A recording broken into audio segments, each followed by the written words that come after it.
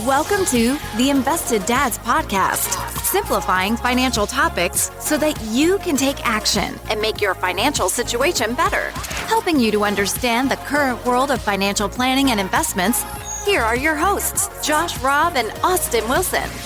All right. Hey. Welcome back to the Invested Dads Podcast, a podcast where we take you on a journey to better your financial future. I'm Austin Wilson, co-portfolio manager at Hicks & Zerker Capital Management. And I'm Josh Robb, director of wealth management at Hicks & Zerker Capital Management. Austin, how can people help us with our podcast? Please, pretty please, subscribe if you're not subscribed, because that means you will get new episodes when they drop each and every Thursday. And visit our website, sign up for our weekly newsletter, and then you'll get a nice little direct link to the episode, as well as some good show notes to help you understand each Thursday what we are going to be talking about. And today, we are going to be talking about 5 ways to improve your budget. Yeah, I put this one together, unlike Austin's weird 11 ways to... 11 ways to do XYZ. Yeah, Josh picks a nice round... Pick a good number. 5. Everyone does good with 5. So there was an article on CNBC a little while back, and and we'll link it in the show notes. They said 73% of Americans say they don't regularly follow a budget. And this was a survey by Op Loans. It's a loan servicing company. Of that survey, 1 in 10 say they don't keep any sort of budget at all. It's 3 out of every 4, roughly, say they don't regularly follow a budget. And 1 out of 10, or 10%, say they don't do a budget at all. Yeah. All right? And that was a decent sized survey. It was 1,000 some people. Yeah. Was that good or bad? Yes, probably. I think it just shows that most people don't have a handle on where their money is coming or going. That's really what your budget is. And That's most right. people probably don't know. Yep. Jessica Hinks, she works here at Hicks & Zerker Capital Management. She has a blog, The Everyday Advisor. Great blog. You should go subscribe Great blog. right now. She did an article a little while back. We'll link in the show notes, but pretty much saying I'm the advisor that doesn't budget. And the article, which I encourage you to read, pretty much said, if you're mindful of your spending and aware of it, tracking it on a daily or weekly basis isn't necessary. I would argue that's still budgeting because you're aware and conscious of your spending. Right. So I'm wondering, that 73% say they don't regularly follow a budget. Maybe those are some of those people that can. They're conscious spenders. Yeah. So I guess my thought is, I don't know yet if it's a good or bad sign, but I do know that if you are at the end of the month scrapping for extra money, you probably need to be budgeting. Right. If at the end of the month you say, I got some extra left over, you're in a sense doing a good job of budgeting. You're living below your means, which is the only reason for budgeting is to make sure you're living below your means. That's just what it's there for. All you need is your outs to be lower than your ins, or equal to. Yep. That's so really pretty easy. So for all those people out there that are currently following a budget or thinking of starting one and just saying, I don't know, it seems like a lot, 5 tips 5 to help improve your budgeting process. Number 1, Josh. Number 1. And I was just thinking through this saying, okay, what are some things that over my life have helped me, as well as things that I think would help my budgeting get better? The first one is have a consistent process. The first part of that is find something that works for you and stick with it. Don't keep jumping from one thing to another, because it's going to be hard to actually track progress. So if you're saying, I'm using this, here's a good app, I'm going to switch over to that. Oh, no, what? I'm going to use an Excel sheet. I'm going back to paper.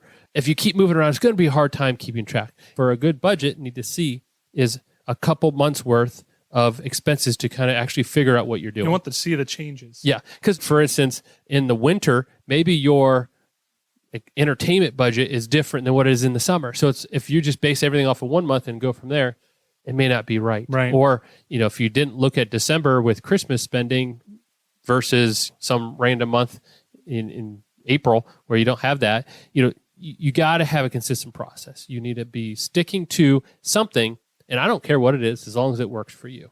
All right. You also need to have goals. All right. So a consistent process says, this is what I'm going to do. And I need to set that and try to keep it for a little while. So if I say, hey, I spend $1,000 on groceries, I'm going to try to stick to that $1,000. If you then the next month say, I'm going to go to $1,200. And then the month after that, you're going to say, I'm going to go to $900. You're moving it all over the place. Get a target. Stick with it for a couple months. See if that averages out. Because there may be 4th of July, you have people over, maybe I spend a little more. But if I was lower the following month, we're all good. Right. But give it some time to play out. Stick to your budget to see if it actually works. And then with a consistent process too, there are ideas that I'm a fan of doing something to build a habit. I've talked about this a lot. The habit's the key. And you can't do that until you've given it time to develop into that habit.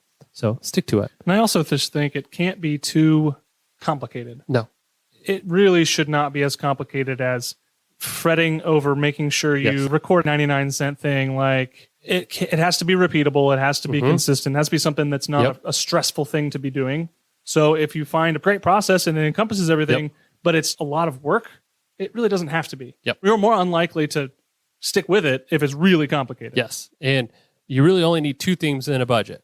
You need a target that you're trying for and some way of looking at what you actually did. Yep. And then you compare those two. That's all budget That's is. it. And so first you need a target. You need to say, okay, this is what I'm trying to do. And to get a target, a realistic target, you need to know, what have I done?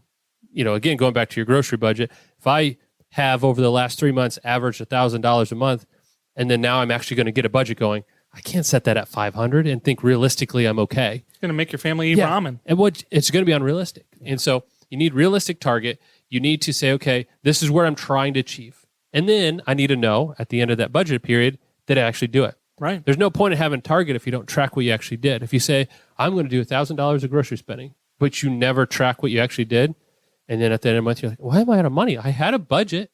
Yeah, you had a budget, but did you follow it? That's did you actually exactly track it? Yep. So you need both. You need tracking your actual spending and a target that you're trying to achieve. All right, Josh. All right. Number two. And this is where sometimes I disagree with certain people, zero-based budgeting. Yep. And so the number two thing is leave room or budget for emergencies. Okay. Correct. So zero-based budgeting says every dollar has to have something that it's doing. In other words, every dollar is allocated to a portion of your budget. Now, I'm okay with zero-based budgeting if a piece of your budget has an emergency thing built into it. It's like a buffer piece. But the truth is, in any given week or month, however you're looking at your budget, things happen, right? You could have a flat tire. You could have your refrigerator out, which happened to us. Our refrigerator broke. Right. I didn't budget That for wasn't that. in the I didn't know it budget. was coming. Yep. But we talked about emergency fund, and that's to cover those large expenses. But any given time, things come, right? Oh, no, my kid got invited to a birthday party. I didn't know that was coming when I set the budget. Every dollar's accounted for. I can't buy a present for this kid. Have a little wiggle room in there. I'm a big fan of having a piece of your budget or just having an allocation that says, this is just to cover the difference, shortfalls that I don't know that are going to happen this month. Right. So I think that's important. So before we do, the remaining 5. Yeah, 3. Oh, you picked a nice round number. That's right. We're only doing 5. So we've already done 2. There's 3 more coming, but I have a dad joke of the week. Yes. To interrupt. What do you call an illegally parked frog? Ooh, man. I don't know, but it's getting towed. Toad. Oh, yes. Toad. Yes. Josh has heard that something Got that one. related I to figured a toad. Had to do before. it. Had to do All it. right. We're going to come back. We got 3 more, and these are some good ones. Yes. These are ones I'm excited about. So number 3, Josh. Use technology. Use it. Use technology. And you kind of referenced this too when we were talking about, have a consistent process. Yeah. One of the easiest way to make a consistent process is to take some of the manual work that you have to do and pass it over. Right. Right? Budgeting can be time consuming. It can take a while, especially if you wait till end of the month. Right. If you're like my family, there's these transactions that happen all the time, right? You got to put money in for the kids' lunches at school, and then you grocery shop every week, and then you go to the park, or all that stuff. If you wait to the end and you're going back through, that would just be exhausting. Right. So use technology. They have ways to automate pulling it in. Yeah, so you can link your checking account, link your credit card, debit card, whatever. Yep. And then, the algorithms are going to know, you spent something at Kroger. That's probably groceries. Mm-hmm. We're going to put that in the grocery category. Or McDonald's. That's probably eating out. And when you tell it something, it remembers. If Exactly. It says, is this what you want to call it? Yeah. Okay, from now on, every time we see that, we're going to call it that. Absolutely. So, Helps you budget, pulling in the expenses. If you are also apt to put it off or brush it aside, one of your excuses is probably, this just takes, I don't have time for this. No. Get rid of that excuse, right? Yeah. Mint, you need a budget, personal capital. I don't care. There's a lot of free apps out there. There's some you can pay for that offer additional services. Find one that works. Goes back to that top one. Stick with it. Consistent. Stick with one. Try it out for a little while. There's a learning curve to these, and it'll take a while before that software learns how you like to expense things. Right. For instance, I don't care to separate between fast food and restaurants. Some of these apps kind of Separate those. Yeah. I don't care. They're all just one bucket to me. I don't care where we eat. We ate out. Yes, it's overpriced food for everything. It took a while for the budgeting app I used to learn that it doesn't matter between those two, just all one bucket. Yep. I just had to tell it each time, and then it started learning. So use technology. Use it. Even to the point on your phone where you can check your balances and all that stuff. Just it makes you more mindful. Absolutely. And the fact that nowadays you link your accounts. It's a secure link, but you don't have to log in every time. You don't have to input the transactions. It knows it as it happens. So it's a wonderful thing. Yep. Number 4, Josh. Set a consistent time to review and update your budget. Consistency again. This is habits. It's all about habits, right? So if you're new to budgeting, I would say maybe once a week so you don't let it get too far out of whack while you're learning your spending habits, right? I've always said, the first month or two, don't even set a budget, just track. Don't change anything. That way you know where track. Things are going and when. Track it. And then after you have a couple months of that, you can say, okay, now I have good numbers. I'm going to then fine tune what I'm doing and be more conscious of it. Once you're kind of set in your habits and you're kind of on a routine, maybe once a month or every payday, if you get paid twice a month, sometime that there's a significant event. That's why I like to use payday as a way of triggering. I got new money coming in. Let me review where I'm expecting it to go. Yep. If you procrastinate and tend to put this off, not only setting it like a time frame, but actually like putting it on the calendar, saying this time, I'm doing it. This is it. Don't put anything else on there. This is what it is. You can even maybe add a little reward saying, I will budget at the coffee shop. That way I can get myself a cup of coffee, enjoy it, make it a little more fun, those type of things around it. Or I will do it while I am watching my favorite sports team in the afternoon. That way I have something to entertain me while I'm going through this process. Because this doesn't need your full focus. Like you could budget while you're doing something else. Yeah. And so, there's those ways of just saying, I'm going to make it a little more fun if I tend to push it off because I don't see it as fun. I guess some people don't see budgeting as fun. So I have to throw it in. You do. I do. I love it. It's great. You're like, why don't you do it every day? Do this? Do it every day. All right, 5th and final item of how you can improve your budget. Josh, go. Yes, and this is one that is good for everyone, no matter where you're at on the process of budgeting, first time or you've been doing it for a while, is practice mindful spending. Mindful spending. You kind of hit on this earlier. Yes, and it's really just saying, hey, is what I'm spending worth it?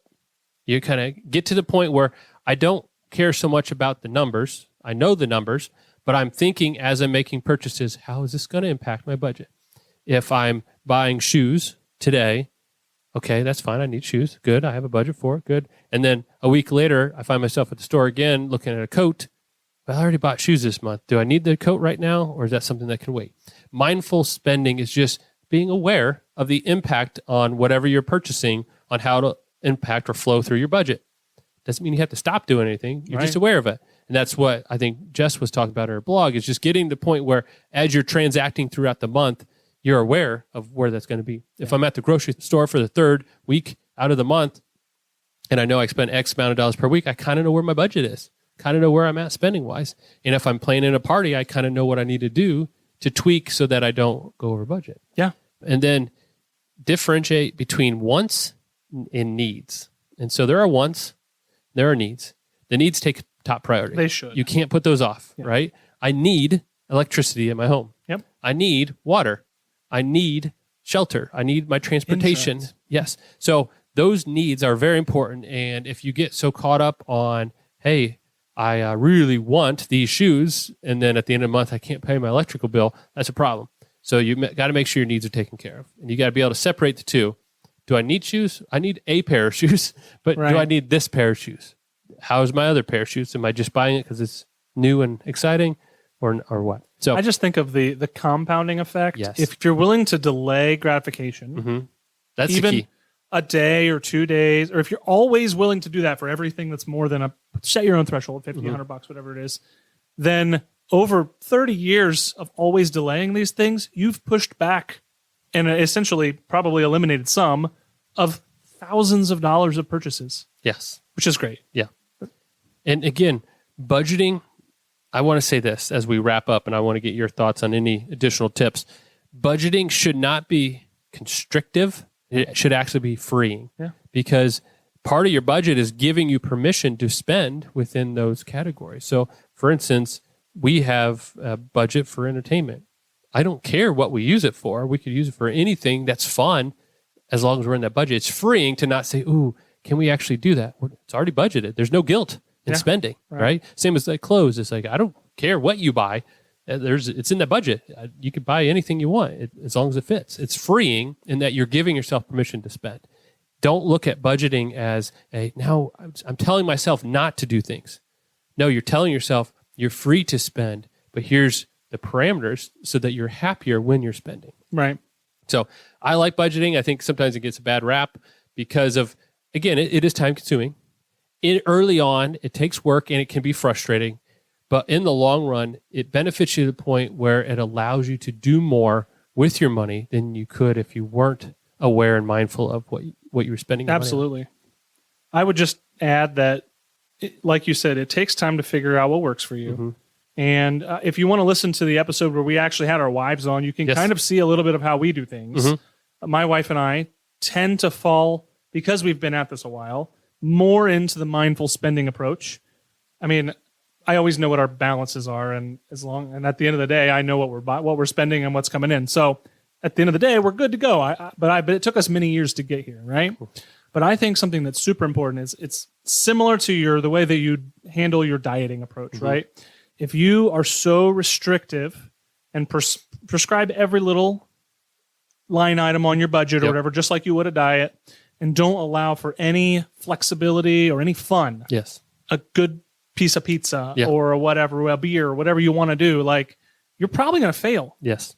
You're probably going to fail your diet, and you're probably going to fail your budget and get really frustrated because you have no room for enjoyment, something that makes you happy. Mm-hmm. So I would say when you're putting together your budget, always leave a corner for things that truly bring you joy. Right. But put it into your budget. Then you can enjoy it guilt-free. Yeah, you can enjoy it guilt-free and accomplish everything else you want to do, but don't make your budget so strict that you're pinching pennies on every single thing and not willing to do what actually brings you joy. Yeah. Otherwise, you're not going to stick with it, just like that diet. Not only will we not stick with it, but there's no guarantee for the future. Yeah. And it's a balance between enjoying life now and taking advantage of those opportunities and being a good steward and preparing for the future to help yourself and your family, whoever you're responsible for. Right. It's a balance between those two. And that's where a budget comes in, because you can balance those two out. How much do I want to allocate towards my future? How much do I want to allocate towards my needs now and my wants now? Yep. And that's really what a budget is. And it shifts over time. It does. You put most emphasis on, for sure. And as your income flexes up and down, you'll be able to move those around as well. So, all right. Thanks for that, Josh. That was a really helpful bunch of tips on budgeting, and hopefully we helped improve your budgets or the way that you think of your process around budgeting. And just thank you for being here. Thank you for listening. As a reminder, we would just love it if you'd share this episode with people you had asking questions about budgeting, because hopefully we can help them out. Yeah, and if you have tips or thoughts on your own budgeting experience, shoot us an email. Go to our website, go hello@theinvesteddads.com. Let us know. We'd love to hear about it. Or shoot us a tweet. That's right. Because you can follow us on Instagram, Twitter, Facebook. Get a hold of us on there. We'd also love it, again, if you'd subscribe or leave us a review on Apple Podcasts or Spotify so that more people can find us and we can help more people out to improve their financial situation. All right. Well, until next week, have a great week. Talk to you later. Bye. Thank you for listening to the Invested Dads podcast. This episode has ended, but your journey towards a better financial future doesn't have to. Head over to theinvesteddads.com to access all the links and resources mentioned in today's show. If you enjoyed this episode and we had a positive impact on your life, leave us a review, click subscribe, and don't miss the next episode. Josh Robb and Austin Wilson work for Hicks & Zerker Capital Management. All opinions expressed by Josh, Austin, or any podcast guests are solely their own opinions and do not reflect the opinions of Hicks & Zerker Capital Management. This podcast is for informational purposes only and should not be relied upon for investment decisions. Clients of Hicks & Zerker Capital Management may maintain positions in the securities discussed in this podcast. There is no guarantee that the statements, opinions, or forecasts provided herein will prove to be correct. Past performance may not be indicative of future results. Indices are not available for direct investment. Any investor who attempts to mimic the performance of an index would incur fees and expenses which would reduce returns. Securities investing involves risk, including the potential for loss of principal. There is no assurance that any investment plan or strategy will be successful.